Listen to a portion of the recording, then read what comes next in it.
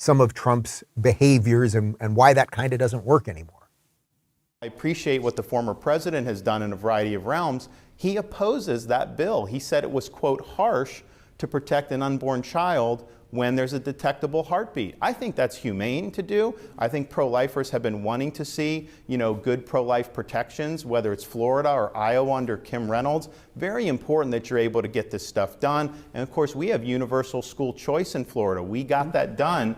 Parents have a right to direct the education and upbringing of their kid, particularly for parents who want a religious education. They now have the ability, if they can't afford it, they have a scholarship. And yes, we have Christian schools, but we have Jewish day schools. We have things for all parents. That's made our state a lot stronger. So I don't think there's been anyone that's really been delivering on these key issues more consistently than me. So a lot of times what Republicans and even conservatives will do, they'll say, okay, let's just slow the left down a little bit. So it's kind of like managed decline. No, no, no. I've reversed the decline in Florida. We're on offense in Florida, and you know what? People are responding positively.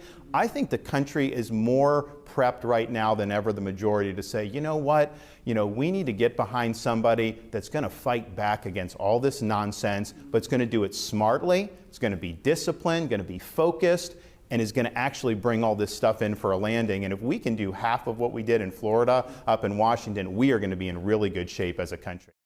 Smart, disciplined, focused, right? Like, is anything that he said right there, did he say anything right there that was not true? It was all true. It's not just that we're slowing it down in Florida. We are actively reversing it by getting wokeness out of schools, by getting ESG out of our government institutions and our banks and things of that nature. Like, we're actually pushing it aside. The managed decline point is interesting. My friend Michael Malice, who's been on the show many times, he always says that conservatism is just liberalism at the speed limit. DeSantis is proving that that doesn't have to be the way, that you can actually go on offense and start reversing what the system is doing to everybody. But it went on a little bit further. I really thought this might have been the best portion of that interview.